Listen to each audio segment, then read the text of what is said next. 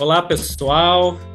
Hoje estou aqui nesse mês importante para todos nós pacientes com talassemia, que é o mês de junho, o mês que se comemora a doação de sangue. E estou aqui com uma pessoa muito especial para a nossa comunidade de talassemia, que é a doutora Maria Estela Figueiredo. A doutora Maria Estela, ela é chefe do Serviço de Anemias Hereditárias da Unifesp, e é fundamental falarmos sobre esse tema, né? A importância da doação de sangue para quem convive com a talassemia.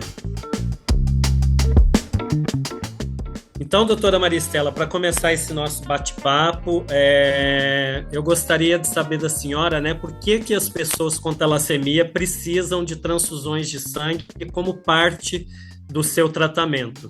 Primeiro, obrigada por estar aqui falando com você.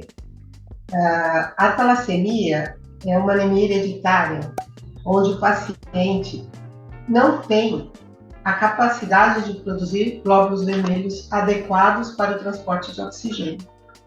Então, não existe um remédio que eu consiga dar por boca que faça ele produzir isso. Assim como eu não consigo mudar a cor do olho de alguém de azul para verde. Então, ele precisa receber esse sangue, porque ele não consegue essa produção de sangue, de glóbulos vermelhos, e se não tiver glóbulos vermelhos, a gente não consegue sobreviver adequadamente. Então, ele realmente precisa de doação de sangue. E aí, doutora Maria Estela, ainda nesse contexto dessa pergunta, né, é muito importante, porque a gente sempre ouve aqui na Abrasta, né, alguns pacientes ou familiares falando, nossa, nunca tem sangue para o meu filho, né? Tem sangue para um baleado, para um acidentado, mas não tem um sangue específico para o meu filho. É porque pacientes politransfundidos, né, como a gente que convive com a talassemia, requerem uns cuidados extras, né, nessa transfusão de sangue. Não basta ser só A positivo ou B positivo, né? A gente precisa de vários outros cuidados que eu gostaria que a senhora pudesse falar um pouquinho também desses cuidados específicos para que a gente possa transfundir de forma segura, né, e não ter problemas futuros quanto às transfusões de sangue. Então, como você falou, quando você é politransfundido, tem muitas transfusões, o organismo da gente começa a reconhecer que aquele sangue não é dele e começa a criar modos de destruir isso. Então, o paciente com talassemia, ele precisa ser identificado direitinho todas as, vamos dizer assim, todos os tipos de alterações que ele tem no glóbulo vermelho, para dar o sangue mais igual possível para ele. Porque a gente tem ABO, RH, todo mundo já ouviu falar, sangue ABO, RH, mas não tem só isso. Tem o MN, tem o KEL, tem o KID, por aí vai. É um bando de alteraçõezinhas diferentes em cada população. Então, o talassêmico tem que receber o sangue mais idêntico possível ao dele. E por isso, às vezes, você não tem aquela amostra ali no momento. E é por isso que, às vezes, ele chega para tomar e não tem sangue. Mas assim que der, vai tomar. Porque se ele começa a tomar sangue que tem essas letrinhas que a gente fala diferentes, ele começa a fazer muita reação transfusional. E a gente não quer isso para o paciente. Então, quanto mais idêntico o sangue, melhor. E se o banco de sangue fala, ó, a gente não tem, vamos procurar, é porque eles estão fazendo um bom trabalho. Muito bem. E aí, doutora Maria Estela, linkando, né, essa pergunta já com a segunda, a necessidade de transfusão, ela pode mudar ao longo da vida, né? Crianças, adolescentes e adultos com talassemia, elas têm demandas diferentes? Com certeza, tudo muda na vida. A criança tem uma necessidade que é relativamente tranquila de controlar, mas aí, à medida que ele vai crescendo, chegando na adolescência, a necessidade vai aumentar, porque o corpo cresce, e o indivíduo adulto também vai ter uma necessidade que tem que ser ajustada. O que a gente vê é que a gente tem níveis de hemoglobina que a gente quer antes de cada transfusão. Então, a gente tem que dar a transfusão no sentido de manter o nível adequado de hemoglobina pré-transfusional para ele ter um tratamento adequado. E, às vezes, a pessoa está fazendo, por exemplo, uma transfusão de 3 em 3 semanas e chega com um nível de hemoglobina muito baixo, porque teve um resfriado ou alguma coisa do gênero. Então, tudo tem que ser adequado ao tratamento e ocorrem realmente mudanças. Perfeito. E aí, doutora Maristela, porque uma coisa linka a outra, né? Nesse universo de receptor de sangue e do doador também, né? Quais que são os critérios básicos para quem deseja fazer a sua doação de sangue? Então, basicamente, indivíduos entre 16 e 69 anos de idade. É lógico que a partir do 18 não tem necessidade dos pais autorizarem, mas até entre 16 e 18 existe essa necessidade. Tem que ter pelo menos 50 quilos de peso. E assim, ele não pode ter algumas doenças crônicas graves. Uma delas, por exemplo, é o Parkinson, só para usar um exemplo, tá? Então, desde que você seja sadio, não tenha problemas graves, não tenha infecções, por exemplo, HIV, ou hepatite B, ou hepatite C, você pode ser doador. E tem que respeitar que não dá para ser doador toda semana.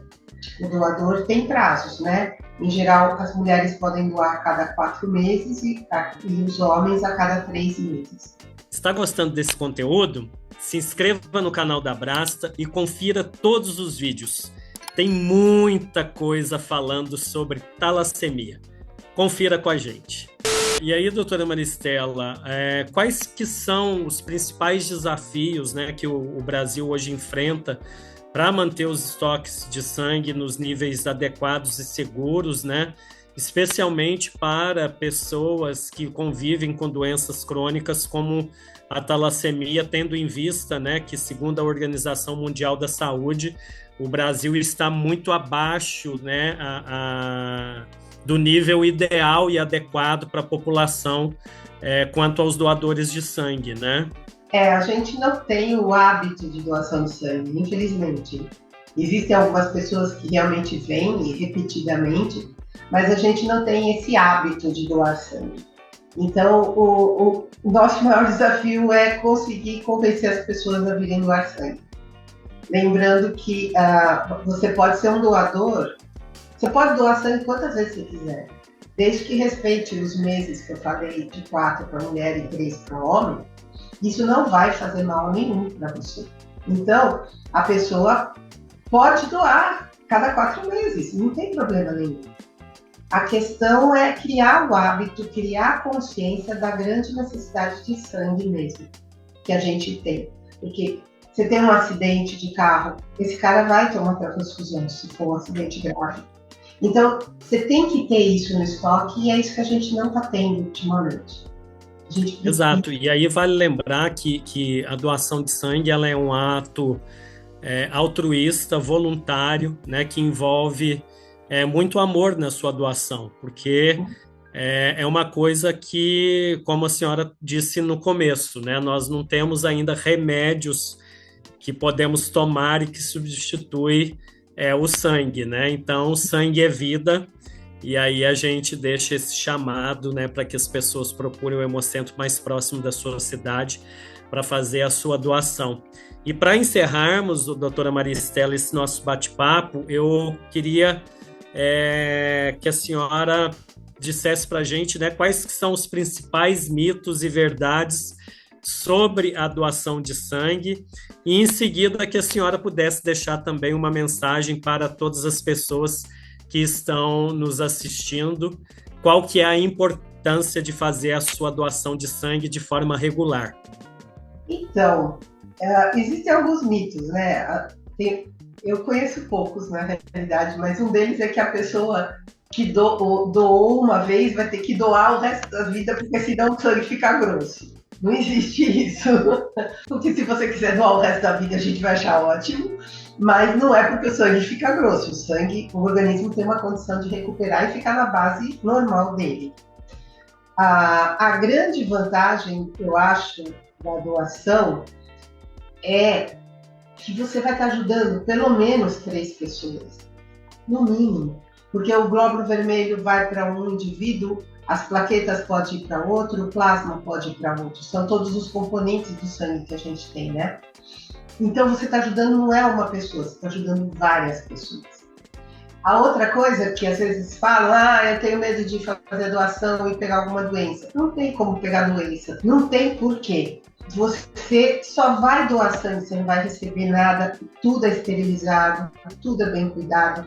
Então, e a gente faz tudo pelo bem do doador. Se existe uma regra ali, não é só pelo bem do sangue, a gente está pensando no bem do doador. O doador está se doando, né? Ele está sendo altruísta, como você falou, e a gente tem que respeitar e tratá-lo adequadamente. Então, o doador é muito importante para a gente não vai fazer nada que prejudique esse indivíduo. E é isso, eu acho que a doação é um ato maravilhoso, é algo assim que todos um dia vão possivelmente precisar. Não é só o talassêmico que precisa de transfusão regular, mas pode ser que um dia você precise, o indivíduo que vai doar precise. Então, a gente tem que entender que é necessário fazer isso. Eu só queria dar um depoimento, que eu tenho um amigo pessoal que passou a vida toda doando sangue. E agora ele está com uma doença oncológica que precisa tomar sangue. Então, assim, ele era saudável, doou sangue a vida toda e agora precisa. E a gente não pode... E ele, graças a Deus, está conseguindo.